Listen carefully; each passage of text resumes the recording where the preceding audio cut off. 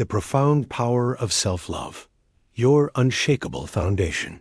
Let's get real for a moment and ask ourselves a truly profound question. How much do you really love yourself? This isn't a casual inquiry, a mere pleasantry. No, this is a deep dive into the very core of your being, a fundamental interrogation that, if answered honestly, holds the key to unlocking extraordinary personal freedom, resilience, and an authentic path forward in life. Because if you genuinely, deeply, and unequivocally understand the immense value of self-love, if you internalize it to your very bones, you will naturally and effortlessly find yourself moving away from, and ultimately never being truly friends with, those types of people who drain your spirit, diminish your light, or operate from a place of chronic negativity. Not think about it. Look around at our world today.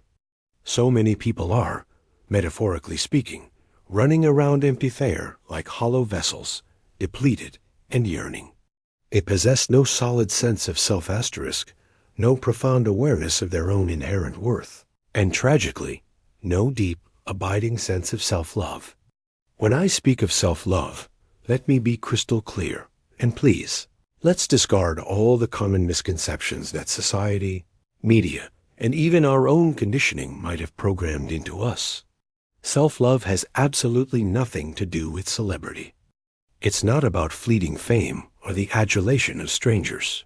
It has nothing to do with accumulating vast sums of money or acquiring an endless stream of materialistic things, and let's be honest, all the superficial trappings, all the external validation that your often negative, comparison-driven mind might immediately leap to the designer clothes, the luxury cars, the perfect social media facade. These things have absolutely nothing to do with genuine self-love. It has nothing to do with your physical looks, with the contours of your face, or the shape of your body. It has nothing to do with the model of your car, or the size of your house, or any of the countless other superficial indicators that one might erroneously assume could somehow make you love yourself even more. That entire paradigm is fundamentally flawed. True self-love is an internal state of being. It's an unwavering, unshakable conviction that resides deep within you. It's a profound matter of knowing your intrinsic value independent of any external validation or circumstance. It's the quiet, yet incredibly powerful, internal declaration that allows you to stand firm and say, I do not have to subject myself to being around these particular people, in these specific environments, or within these draining situations, in order for me to finally see, recognize, and cherish the immeasurable value within myself. It's the audacious, liberating statement, I love me, entirely independent of whether you or anyone else on this planet chooses to love me. It's the bedrock conviction, I believe in me, even when the entire world seems to doubt. It's the profound, self-assured knowing, I know my self-worth. It is not negotiable, it is not dependent on external factors, and it is not diminished by the opinions of others. It's the grounded, purposeful affirmation, I am here, in this moment, in this life, and I have a profound purpose that is uniquely mine. Consider this. What genuine lasting value is there in accumulating vast wisdom, or intellectual knowledge, or cultivating deep inner spirituality, or even experiencing profound love from others, if you haven't first cultivated that essential, foundational connection with yourself? Without a deep wellspring of self-love, these external achievements and experiences, while seemingly positive, can often feel hollow, fleeting, or even overwhelming. They become things you pursue to fill an internal void rather than enhancements to an already full and vibrant self. When you are rooted in self-love, wisdom becomes a tool for growth. Knowledge empowers your journey. Spirituality deepens your connection, and love from others becomes a joyous addition, not a desperate necessity. It's like building a magnificent house. If the foundation is weak, no matter how beautiful the superstructure, it will eventually crumble. Self-love is that unshakable foundation. Forgiveness, the ultimate act of self-liberation. Every single day, I operate from the profound understanding that I am a work in progress. This isn't a weakness, it's a profound strength. It implies continuous learning, evolving, and growing. And central to this ongoing journey of self-improvement, to truly becoming a better, more whole, and more liberated person, is the often challenging, yet utterly essential, practice of forgiveness. Let's be brutally honest. A person who is utterly incapable of forgiveness is, in essence, holding themselves prisoner. They are shackled to the past, bound by resentments, and consumed by bitterness. Such an individual is, I would argue, psychologically and emotionally destroyed, trapped in a perpetual cycle of pain, unable to move forward, unable to experience genuine peace or joy. The inability to forgive is like drinking poison and expecting the other person to die. So I urge you, with every fiber of my being, forgive your parents. Forgive them for their imperfections, their unintentional and sometimes intentional hurts, their human flaws, their unfulfilled expectations, and the ways in which their own lives and experiences shaped your upbringing. Forgive them not because they necessarily deserve it, but because you deserve to be free. Forgive any relationship you've ever had, romantic, platonic, professional, that didn't work out as you hoped, that caused you pain, that left you feeling betrayed, abandoned, or used. Release the bitterness and the what-ifs. Forgive everyone else in your life who has ever hurt you, in any way, big or small. The casual slight, the deliberate betrayal, the thoughtless remark, the profound injustice, let it go. And perhaps the most critical, and often the most difficult act of all, forgive yourself.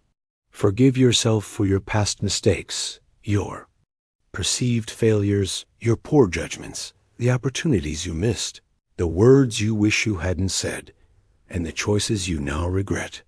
Forgive yourself for not knowing then what you know now.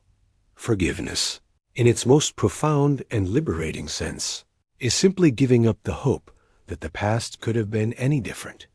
This is a concept that often trips people up, and I think, for myself, and I know for many of you, there's a common misconception that forgiving means accepting what has happened to you as okay, or even condoning the hurtful behavior.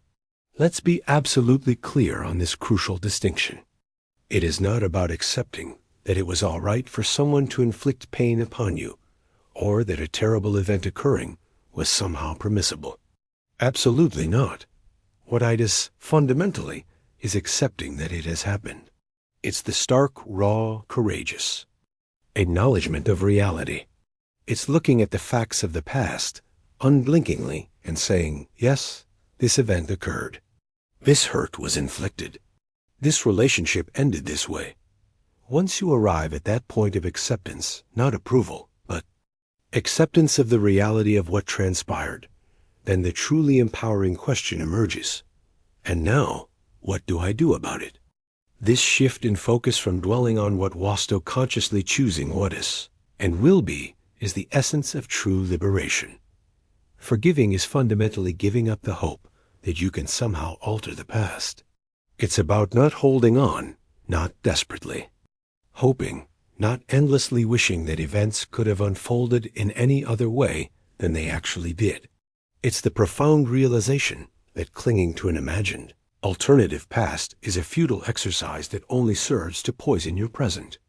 It is undeniably giving up the hope that the past could be any different. When I personally grasped this profound truth, when I truly understood that forgiveness wasn't about condoning injustice, but about releasing myself from its perpetual grip, I believe it marked a pivotal moment. It literally took me to the next level of being a better person.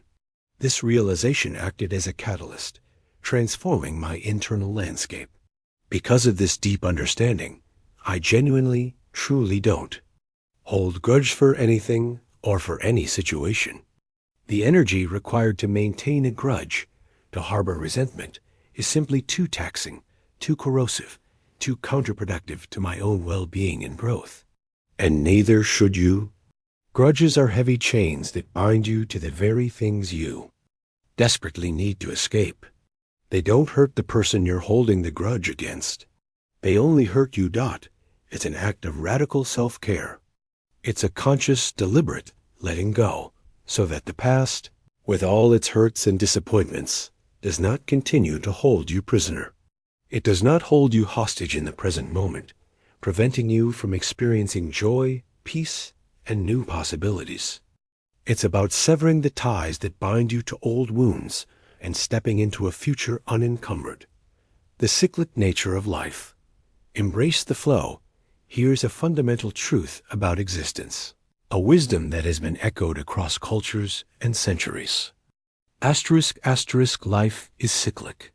Everything in nature, from the seasons to the tides, operates in cycles. And your life, your experiences, are no different. Whatever extreme emotion or challenging experience you are navigating right now, please internalize this truth. It has not come to stay. It has come to pass. This is a critical distinction. It's not here to be a permanent fixture, to define your existence forever. No, it's merely a transient phase, an experience that is just going through. Like a storm cloud, it will eventually move on. The biggest challenge in these moments of intense difficulty or overwhelming change is often simply to know what's happening.